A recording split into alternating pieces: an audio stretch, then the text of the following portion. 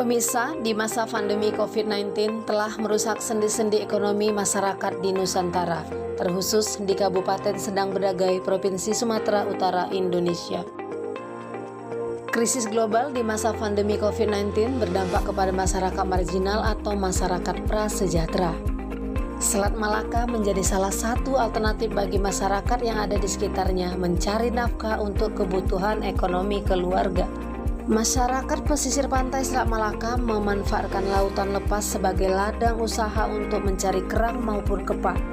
Apabila air laut dalam keadaan surut dan hanya bisa bertahan dalam waktu 5 jam saja. Setelahnya air kembali pasang. Pak Aji, warga pesisir pantai yang setiap harinya mencari nafkah dengan cara mencakar pasir laut dengan mencari kerang dan kepak, kepada Monalisa TV mengatakan bahwa dirinya berasal dari Tanjung Morawa dan sampai di pantai Selat Malaka berkisar pukul 7 WIB bersama adiknya, dan mereka hanya punya waktu selama 5 jam di laut untuk mencakar kerang.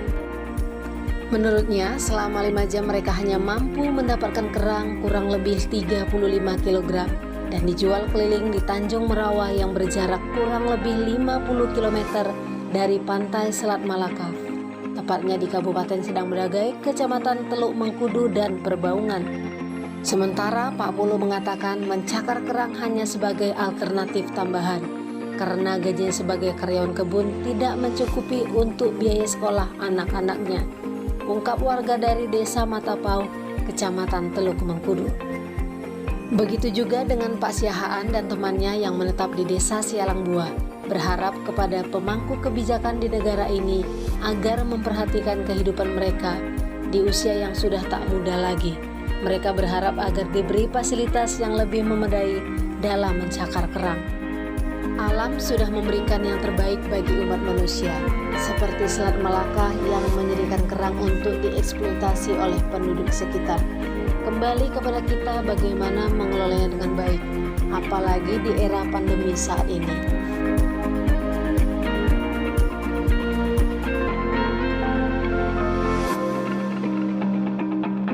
Apa namanya, Pak? Nah, ini kepah gayam atau bisa dikenal salumi. Kepah gayam atau salome? Nah, kalau yang ini kerang panjang, kerang biasa.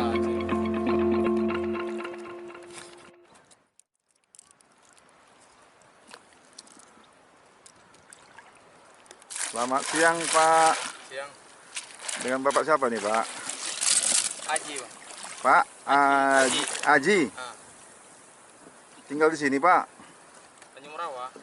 Jauh, Pak. Iya, tiap hari kemarin. Jadi ini kegiatan Bapak Iya. mengambil kerang. Cari kerang lah. Mulai jam berapa nih, Pak? Jam 7 pagi sampai jam 1 siang. Jam 7 pagi sampai jam 1 siang, Pak ya. Sampai pasang air. Sampai pasang, Pak ya.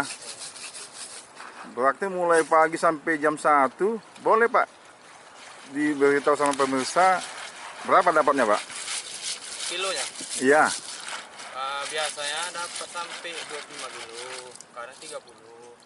Nggak tentu juga, tengok air lah. Hasilnya nih, Pak, dijual sama pengumpul. Ngecer, keliling. Oh, Bapak jual lagi? Iya, keliling. Oh. Sampai sini jam 7 lewat 10 gitu lah. Kalau pergi dari sana jam 6 kurang. Jam 6 kurang lah. Bapak sendiri atau bawa teman, Pak? Bawa adik nih, 2 orang. Bawa adik ya? Nah, Total semuanya 25 kilo, Pak, sama punya adik. kalau sama punya adik sampai 35. Nanti di sana dijual keliling. Iya, jam keliling sore kan. Ya harapannya dibantu lah gitu kan, ekonomi. Dibantu Ya. ekonomi maksudnya apa, Pak? Untuk layaknya kendaraan kemari gitu, atau untuk alat-alat dagang inilah nih, styrofoam, cakar ya kan, untuk belanja ini. Fasilitas, Pak ya? Fasilitasnya. Ya diraba aja Diraba. dalam terumbu, yang banyak risikonya ya banyak lah, banyak hambatan. Jadi kadang-kadang ya adu nasib lah di laut ini. Mau bilang apa lagi orang cari tambahan, mau kerjaan di perusahaan mana ada lagi diterima macam kami yang udah tua. Jadi Mas ini mungkin dari Perdes juga dia meraba kerang untuk cari tambahan makanan, daripada beli kerang di pinggir jalan sampai 15.000 1 kilo. Lebih bagus cari daripada nganggur di rumah. Ya kan, Mas? Ya tergantung nyarinya, Pak. nasib dalam terumbu itulah. Oh, kadang ada dapat 5 kilo, ada 2 kilo, ada yang bagus rezekinya, ada yang 15 kilo.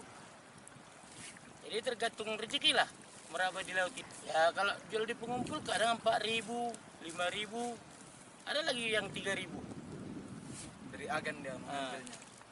Jadi daripada dijual lebih bagus dibawa pulang mungkin makan. Dijual di kampung dapat jual 7.000, 10.000 sekilo. 10.000 1 kilo, decer-ecer. Ya harapannya ya paling seperti orang-orang nelayan, pakai perahu, pakai cakar manual.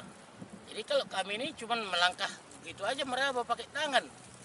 Jadi rezekinya agak Ya, mohon kepada pemerintah, terutama pada Pak Presiden Jokowi, supaya gaji dinaikkan standar ya sesuai dengan UMR yang berlaku. Kalau untuk saat ini masih kurang lah kalau kami, apalagi masyarakat kecil ini kan, untuk kebutuhan sehari-hari pun pas-pasan lah. Inilah tambahannya untuk mencari kerang ini, tambahan biaya anak-anak sekolah. Sehariannya kerja apa, Pak? Saya kerja di perkebunan. Oh, di PTP. Enggak, di PT Sokpindo. Sokpindo. Gaji nggak mencukupi karena kebutuhan anak sekolah. Inilah tambahannya cari-cari kerang.